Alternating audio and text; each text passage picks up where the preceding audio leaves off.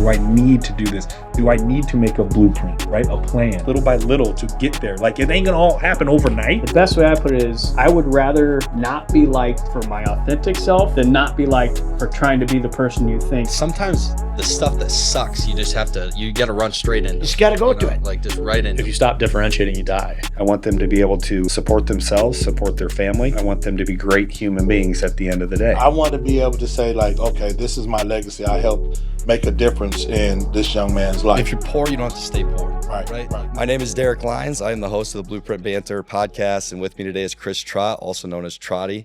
Thank you for being here. Mate, it's been, we've had an amazing day. For those that are listening to this and haven't seen it, it's been awesome to be here. Thank you. Yeah.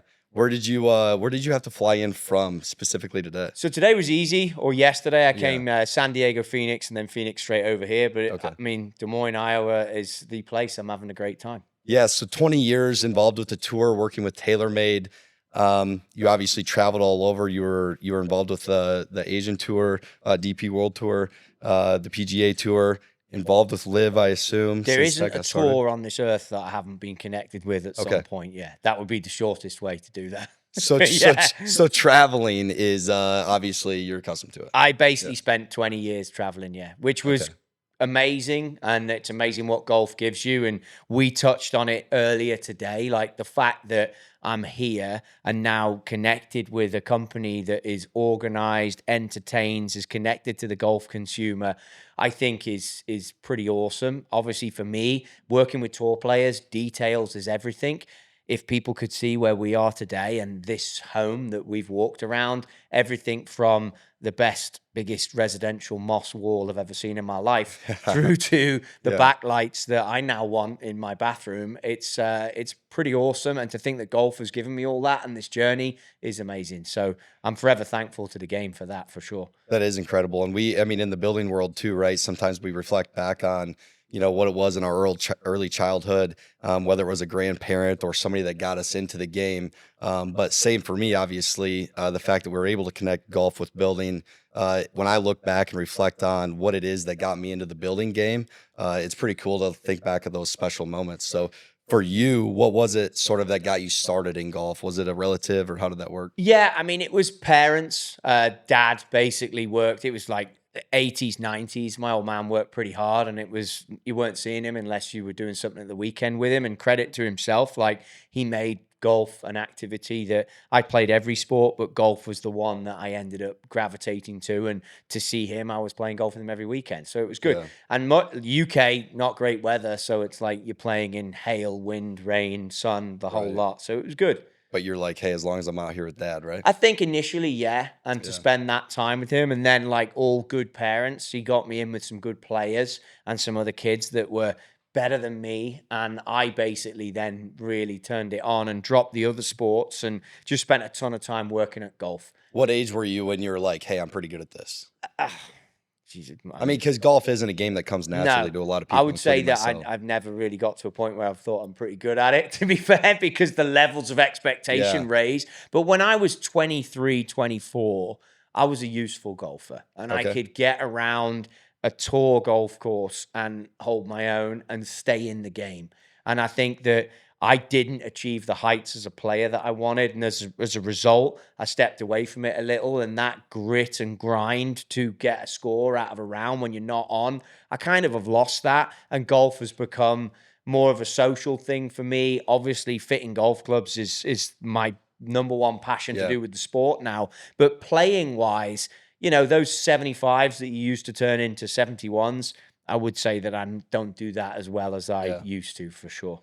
When you were, early on, when you fell in love with the game, were you as into the technicalities of the game like that you are now, or is that something that came with like the professional side of it for you later? I asked questions among every step of the way, and I remember a guy that used to coach me who went on to work with Seve and Tommy Fleetwood and Jamie Donaldson off the European Tour. He's an older guy now, but he said to me when I was like a late teen, he's like, you ask more questions than anyone who's ever seen me he had all the best juniors in the country coming to see him. And he's like, you really should think about doing more to educate on the game. It was a polite way of saying like, hey, play, but don't turn your back on what you ask, because you ask so many questions, you could be a good educator. And I've always liked teaching. I've always liked playing. I've always liked the equipment side. And obviously, as you found out today, I'm not the tallest. I'm like racking in just at 5'7". So you're not going to be playing standard stuff. So it was always a case of like, okay, that's what I use. That's why I use it. Now, what happens if you got someone who's 6'4"? How do you get the most out of that? How do you get the most efficiency out of that? And then as the journey went on, just becoming good at that and using that as the superpower, it was always an interest. I think there's an element to that too. I mean, when I was like starting out in the construction game, was sort of being obsessive with your craft, right? Yeah. So for me, it was, I mean, when I went to lunch every day with the builder that I worked for when I was pounding nails when I was like 22, 23. I mean, I can relate to that big time because it wasn't just about how can I nail on the X the best. I wanted to understand everything about it. Yeah. Like if you're telling me to put this window at a certain height, I want to know why. Yeah. Like what part of the plan and everything And else. I would say I was exactly the same way. I wanted to know why the golf club moved in certain ways. But one of the things that's come to me about this property where we're at and you guys as a business that has only come to me as I've been listening to people talk and spending the last 3-4 hours here is how customizable everything feels. So if you take golf clubs and what we're talking about right now, it's all custom. It's almost like getting tailored for a suit. If you're serious about your golf game, everything needs to be customized. Yeah. Now, you dropped a comment earlier when we were walking in and the house we're in right now, below us is a window. Obviously, I was like, dude, there's a window below us. What is it? Right. You come down into this section of the house and you see what it is and you see the customization involved in that. And then the bathrooms and the wardrobes and everything else we've been through here. I think that's the one thing that if I look into what I've seen today from a small window into what Showtime is and compare it to what fitting golf clubs for the best players in the world is, it's customization and it's very bespoke to what people want. That is where I think the similarities come. And like I said at the top here, it's amazing that this can all be connected through the game of golf. Yeah, it is incredible what the game of golf honestly offers us. And you mentioned the best players in the world. What is one thing that you've learned from working with the best players in the world? When you're talking about Scottie Scheffler, you're talking about obviously Tiger Woods, Nelly Korda on the LPGA. Like, is there anything about them that you think is unique that separates them? People often talk about the 1% or whatever, but in the golf world specifically, is there a certain trait that you notice, or just what is it about them that you think makes them special? I think to give you the quickest answer on it, it's when the heat is on, they're not running away from the fire. Yeah. And that would be something that has come to me in more recent years through working with Aaron Rodgers, through working with J.R. Smith, the basketball player, getting close, certainly to J.R. There's no fear of when the heat is on. And I think a lot of us run away from that. And these athletes do not. And they enjoy the challenge. They revel in the challenge of competing. Now, from a club equipment point of view, which you'll feel when you're making properties for your clients and stuff, there is, if it's not right and not what they want, then it's wrong. And so when Showtime Homes was a company of one, it was literally just me. I was driving down the interstate one day and I basically developed an ethos. So Showtime has an entire ethos, just like the Navy SEALs does or whatever. That's something that we can be reminded of if we ever get into tough moments or whatever, like who we are. Yeah. And one of the lines in there is it says, if not me, then who?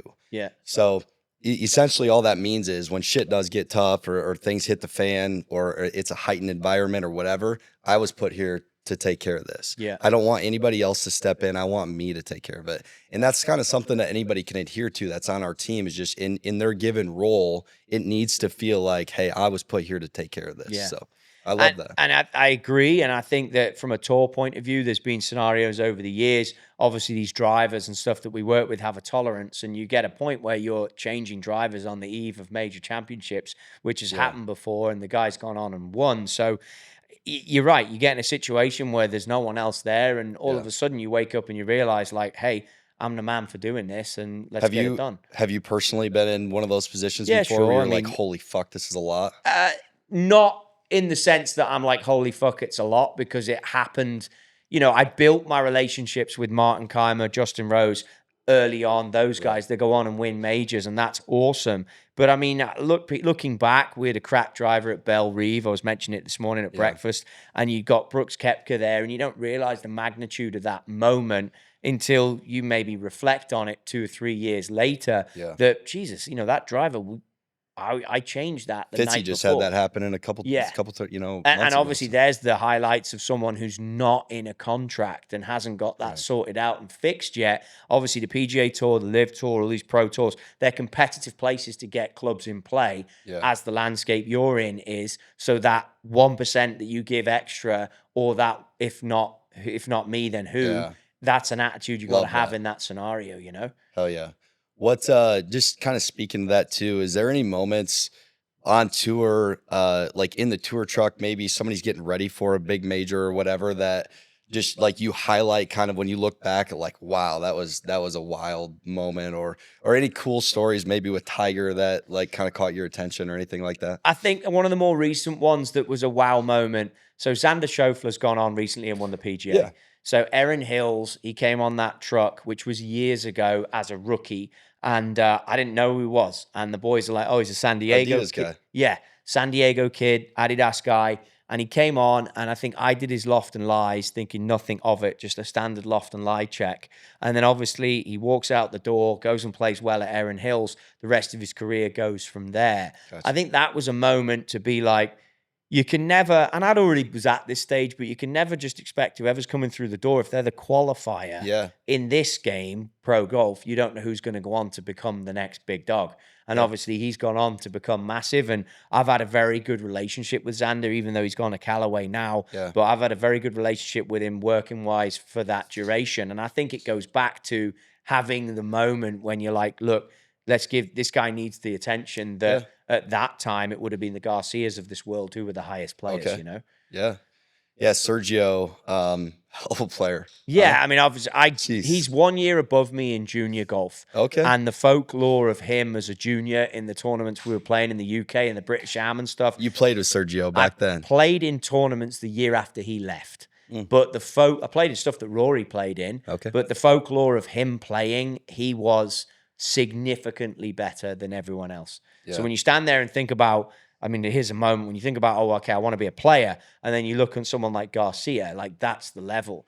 And I had a moment, again, flipping it back to football, American football, obviously for me, but football and Aaron Rodgers, when he came, similar scenario to today, and you work with him with golf clubs and you realize the ability that guy has. I went home to my wife that night and I said, I don't know why I haven't even attempted to play sport for a living, because the talent this guy has is just off the charts. Yeah. Aaron, I actually watched that fitting video. It seemed like he picked it up pretty quick, huh? Unbelievable. And just the I speed. think that was before the QI10. That was like, yeah, the it was. stealth, It was a while back, but Yeah. like that day was a real eye opener for me for like talent. The same thing happened with Josh Allen's a stick too. Yeah. For in terms of guys that just have the ability to get. I think if you see it with an athlete and it's not their home sport and they perform like that, I think that's really impressive. Really impressive. Speaking of maybe people, you mentioned Xander. Obviously, you can't really judge a book by its cover. But maybe like unexpected guys. Let's talk about YouTube golf and like the content creator space a little bit. So at Showtime Homes, I mean, obviously this is the Blueprint Banner podcast that is a spinoff of Showtime Homes. I wanted to start this years ago, just thinking that it would grow the network, give us another platform to talk to different people like yourself. And so when you look at the YouTube creator space that you're now getting into at Trottie Golf, what is there anybody that stands out in terms of maybe you thought, oh, it's staged YouTube golf. They're re-hitting shots and they're not really scoring that well. Is there anybody that you've been able to play with in person that you're like, holy shit? Like Frankie Borelli, for instance, he really turned. I mean, he improved big time. Yeah, definitely. Like Frankie's become a solid player for sure. I think that there's a smaller group that I've played with of good players. The name of their podcast, even I cannot remember, they're going to kill me. But if you look at a player who's good and you can tell is good, would be Luke Kwan is a good player. So he's come out as a decent player.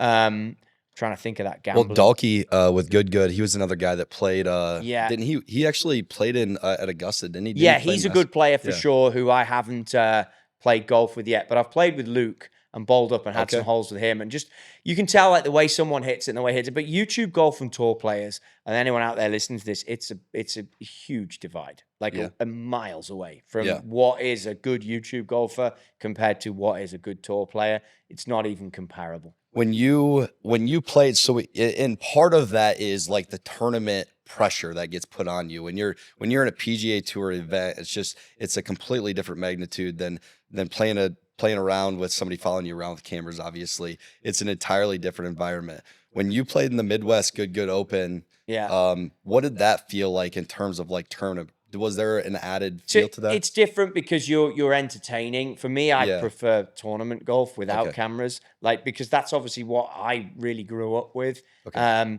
But on the same note, let me rephrase that. I wouldn't say I prefer it. I'd say they're two different things. I had a great time at the Good Open in Yeah. Midwest. Great time. I didn't play particularly well, and that's the thing about YouTube golf. You cannot dip in and out of it. We touched on it with the foreplay stuff that I did with those guys. Yeah. You have to play the role. So no matter how you play, you're there to make content at the end of the Right. day. Now, play well, you can lean in on that. Play poorly, you need to lean in on that. Otherwise, you just look like a douche at the end of the day. Yeah. So yeah. it's important. If you're shooting 105 and think you can shoot in the 70s, you look like an idiot. But if you shoot in the 70s and you're having a day, then you got to Right. enjoy that too, which I think Yeah. to your point about Frankie Borelli is why he's so good on there, because if he's having a day, he leans in. If he's having a bad day, he leans in. Yeah. And I think that that's what I learned from that trip with those guys is you always got to lean in. Now, obviously, the French lick and the good thing was a bit more of a competitive sort What of a edge course, to it. too. Yeah, Jesus. a tricky golf course. I think it was Pete Dye designed. Tricky golf course. I played with a stud who played really well, which was great for us. We had a bad finish coming in, but at the end of the day, if you just lean in on it and take it for what it is, the people, the following, the good people that are at that event, the amount of people that want things signed, and it blows my mind every event that they do. But those things are becoming a cult following for sure. Do you have, speaking of Pete Dye, do you have an architect or a designer that is sort of your favorite like feel, or is it just because of back home? Like Do you know links golf that's style? such an American question? And I think as Europeans, we don't tend to, because all the architects are basically dead because they've been gone for years. Right. We don't tend to lean in on having one in particular. But I've noticed through being here that I've paid attention to it, and I like the Core Crenshaw stuff for sure. Okay. And it's like that. They're courses that intrigue me. I want to play them more. But the UK stuff, I like links golf courses. I like Carnoustie, I like Hoylake, and I like Birkdale. They'd be the top three that I would stand there and talk about. Hoylake for personal reasons. Birkdale is just amazing. And Carnoustie also is fantastic and a massive history. And then obviously the Trump Turnberry stuff and the redesign there is phenomenal. So you get 4 blueprints that you know you like. And then I'm always looking for things on other courses that remind me of that, I think. Yeah. So you, when you transitioned from working, like directly through TaylorMade, working on the tours, was that sort of, because now you have Trottie Golf as your brand, like you're pursuing that. Was there any time when you were sort of transitioning there where Live and the PGA Tour had any influence on that for you, you think? Definitely. Or has that always been like semi-neutral for you? No. So for starters, like Trottie Golf was never really intended to be a thing. It kind of organically grew. And I think the people who follow me kind of respect that that's how it became. Obviously, now we're in a situation where, yeah, you could say, I don't like to use the term, but, oh, I'm an influencer. Okay, maybe. But the bottom line is I much prefer coaching and golf equipment. I'm not making my videos in order for the algorithm or the keeping people in it. That's never really come into mind for me. Will that hurt me in terms of YouTube growth? Yes, I think it will. But on the same note, I'm very true to what I believe in. So any partners that I work with or anything I endorse, basically I use it and I want to use it and I'll test it. And if I like it, I'll keep going. And that's why the TaylorMade connection, I think, has worked as I've gone into this space. Now, in terms of the PGA Tour and the Live Tour, did any of that shape what I wanted to do? I think the day that I was told, hey, you can't be posting at a PGA Tour event, when I was still working for TaylorMade, I think that was the aha moment that I was like, well, hold on a minute. If the PGA Tour media teams are saying you can't post on the tour, then you're onto something. So you double down and post 3 times more, or you just get your hand slapped and see where this goes. And that's why I think it's been so organic, because it's just been telltale signs. And obviously, with the greatest of respect to the PGA Tour and all those guys, I totally respect they're trying to run a business. But that, when they told me that was a big sign as like, hey, what you're doing clearly has the right attention. Right. So, yeah, don't break any of the rules that are being laid out here, but think about how you want this to be going forward, because you can take some responsibility for what you're trying to achieve. You can, to your point, if it's not you, then who is it? And you can take, well, the brand and the knowledge you've got forward and use it to the best of your ability and help Well, people play better golf. in every generation, and it doesn't really matter what business you're in, there's those moments where times change. Yeah. And I think what the Bryan brothers are doing on YouTube too, where they're actually playing at tour events and doing some content. Bryson's doing it on the Live Tour, where he's doing stuff with Phil and He's practice phenomenal. rounds. Bryson, what he's doing in the content world's crazy. And I think in the building world, the same way for us, we thought that there was an element of, you know, no matter what trade you do, if you geek out on golf clubs, if you geek out on building homes, if you're in it, to you, it doesn't seem like it's going to be interesting to other people. Yeah. But if you showcase it in a way that can be sexy and can be whatever, I think people enjoy it. And that's why in the building world, for me, my passion was always, let's get this stuff out there. We're building, I mean, there's people that build homes like this that never even post a Facebook story. Yeah. Like, what the fuck are we doing? Yeah. You know? So I mean, people enjoy it. I think they enjoy the process. And the reason why I've always liked yours is it seems like it was authentic. And now that I've actually got to meet you, I understand that it is. The other thing is, though, and I think that it's the best, and I really appreciate that you see that, because it is, and I try and keep it that way, and I try to make every decision that I make based on what I want to do as a golfer and what interests me. Yeah. But to the point that we hit on this, if you go and make a home like this, I have no idea, but I'm sure there's an element of financial risk and commitment that goes into doing this. Right. Well, guess what? You asked me earlier, what's the one thing you pick up from the best players in the world? These best players, whether it's basketball, whether it's Aaron Rodgers, whether it's the tour players, they are the top 1% of the top 1%. And if the one thing I can say to you about the Nelly Cordas, through to the Jason Days, through to the Rorys, through to if we go back in time, the Ernie Elses, the Tom Watsons, the whoever, is the one thing that's unique with them all is that when the heat's on, they want the ball and they run at the fire. Right. Well, guess what? When you have to make a decision to make somewhere like this, you probably have to run at the fire. And I'm sat there laying in bed when I was making Trottie golf and deciding to do it. And I'm like, look, am I going to sit here forever and wonder what it's like to run at the fire? Yeah. Or am I actually going to do this? Because obviously I tried to play, that didn't work out. And the truth is I got scared and ran away and had a cushy job with TaylorMade, which everyone looks at it and thinks like, well, that job fell to you. It didn't. I got picked up by them to do the job. Then I left to go and play. Then they offered me the job back and I came back to the job. And it's like, I just fell into that TaylorMade job through being scouted and found, through being a good salesman. In the end, the only way I ever left was to do something that was just organic and a very similar thing, you know? Yeah. Well, kudos to you for running into it and you know, not shying away. And I mean, you could be laying in your bed at 80 years old and wonder like, hey, what if I would have done that? And you did it. But the amazing thing is the doors that open once you go and do it. So anyone listening to this is like, how do you end up here? Because the doors open. And another door will open from this, and another. And if they don't, well, it was not meant to be. But there's a certain element to that, of being true to yourself and being willing to run into the fire. And I think one of the biggest mistakes that a lot of people make is they expect people to want to root for them or run into the fire with them, that they're never actually willing to run into it themselves.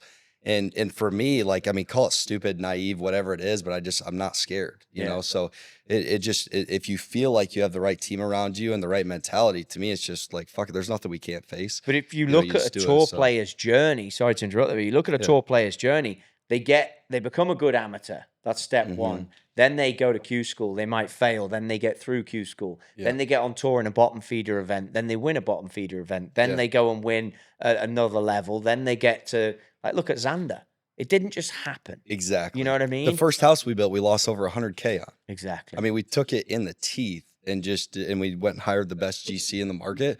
We knew we had a good business plan to put together, and we didn't shy away from it, you know? So I agree with that. I mean, Xander was one of those guys for a long time that they talked about couldn't win the big one. Yeah. And then he comes back and wins 2 in 1 year. Exactly. So, you know, I mean, maybe he just had a little belief in himself that took a while, but he's still a young human being too, which is crazy. And you're still young, starting your own business. I mean, these guys have been smart. Obviously, playing tour golf is a lot of travel. They've been smart. They've kept their commitments off course low, be it sponsors, be it families. Yeah, obviously some of them have got wives and stuff, but just keep everything that they can under control, keep it under control. Yeah. It's a bigger picture to be a great golfer, and I think that you see how these guys all manage their time, you know? Yeah. So speaking of families, real quick, just want to touch on, you have twins, a girl and a boy that are 10. and a wife back at home. Do you guys play golf together as a family a whole lot, or is it kind of like one of those deals when you get home sometimes you're just like, maybe let's just I basically do a lot with my son. So he plays a little bit of golf and Okay. he's very competitive. He's just figuring out when I say to him, I'm going to give you 2 shots a hole, he's figuring out what that means. Yeah. He is reminding me of the score after every shot, which can be a bit annoying, but fair enough if that's what he wants to do. And I'm letting him just hit it, have as much fun as he can with it. He's a pretty good sportsman. So for sure, I can get him out there. No Patrick worries. Harrington has some good nuggets on that, I think, of how to bring kids up into I think it's amazing that you just brought him up because I was literally just about to say Harrington was the blueprint. And the thing that I do, we keep a pretty strict diet on him because he plays other sports that he needs to be good for. But golf is like, if you're at the golf course, you can drink any soda you want, any dog at the turn Gatorade, if you whatever want. you want. Yeah. The fact Yeah. that you're here is enough. Yeah. And the only thing I say to him, if he gives himself a hard time, is like, dude, this is the hardest game in the world. No one's asking you to be a pro. Just enjoy hitting it out the middle and in the air and straight. And then obviously my daughters bring a different challenge. She's not that interested to come there. My wife wants to play though, for sure. And I think that's great at where the game's going. I mean, we went through a little demonstration there, and to have a girl at the end hitting balls is brilliant. We've gone from like athlete to girl to younger guy to our age, which is not old, thankfully. That's what the game's all about, though. It 100%. can be all inclusive. And if you look at the content stuff, I think that's what's been great for it. There's a lot of girls come in, and Sarah Winters from Canada, she's fantastic. A lot of the other girls I've met that are influencers, so to say, and they've got good value. They make good content beyond, you know, just what we might think on the surface. What do you think, just to kind of wrap up the Trottie golf thing? I mean, do you have any big plans for the future? Any aspirations that you think might be lofty that you want to share? Or? I have something that we're working on. You obviously met with a friend that's helping me, my business partner. Yeah. And he came to San Diego, and we've got some cool stuff we're working on. Sadly, not a lot that I can share right now. No, that's fair, yeah. But I just have a... Is it going to be stateside, though? Is it Definitely, going to be? Yeah, definitely. And I have a vision as to where I think I can go with this. I enjoy YouTube. I definitely will not stop making content. Right. But there's other things that I have that, from what I've learned, that I want to explore more. And I will definitely, I think, given the confidence is growing, like I've gone through my mini tour stage, I've won on tour. I know I'm challenging now in a golf terms for majors. And it's like, if I'm going to go get one, then I'm probably going to lean in, not probably, almost definitely going to lean in on this stuff. And the next 3 years could be amazing. And, you know, I think it will benefit anyone that's involved with me. I think the channel will benefit from it. Yeah. And having had great YouTubers on it, I get to then lean even further into what I really enjoy, which I awesome. think that we've seen today with people hitting balls. I could sit here and teach people to hit balls all day. I'm not saying my stats are right, but it's like, I'll get you hitting it better. Your ability to interact. And I mean, honestly, that was pretty cool for the different people that were here today for this event. Just to be able to have that moment was pretty awesome for sure. That's awesome, yeah. So just one last thing to kind of close this out, because I'm selfish. Tommy Fleetwood's one of my favorite players And on mine. tour. Do you have a favorite like Tommy moment or thing that's ever like maybe some funny stories or anything with him? Definitely got a lot of stuff. Not sure it's for a podcast with him, but with any of them. But no, look, I mean, there's been plenty of moments with a lot of the guys. I think Tommy is just we're from the same part of the UK. Okay. So that obviously helps in terms of conversations and stuff, and just his quick-witted banter and his ability to bring it back to like being so homely for me. Yeah. I enjoy with him, and just making things that have a very dry sense of humor, nothing in particular that I can refer to really. But I mean, over the years, there's been some amazing stuff and some amazing things that have happened. Obviously, you travel Europe with the tour, and every country is very different. Yeah. When I started this job, it was all maps before iPhones. So like that was just the chaos of that, from parties in Sweden that we would go to that tour players had put on, to different restaurants that you'd find in You Italy. could get away with more back then. 100%. It wasn't going to get posted on stories. And it was the next day. unreal. And then, you know, you're obviously up in Scotland and up there just at the home of golf with guys that are trying to win their card. And then even a guy from Iowa. I spent a ton of time in Asia with a player out of Iowa and all the South African boys and just how they travel. And then Australia and the Aussie players and the ribbing they'll give you about sports. And then you get into the big leagues, which to be fair is the PGA Tour. And it's a lot more serious. It's So to be able to have gone on the journey and Kinda gotten to see both of those seen worlds. both sides. Don't get me wrong. I mean, if you can have a double major winning year like Xander Schauffele, then that's fantastic. But the truth is, there's a lot of work that goes into that. I should actually ask one more. The Olympics, who are you rooting for?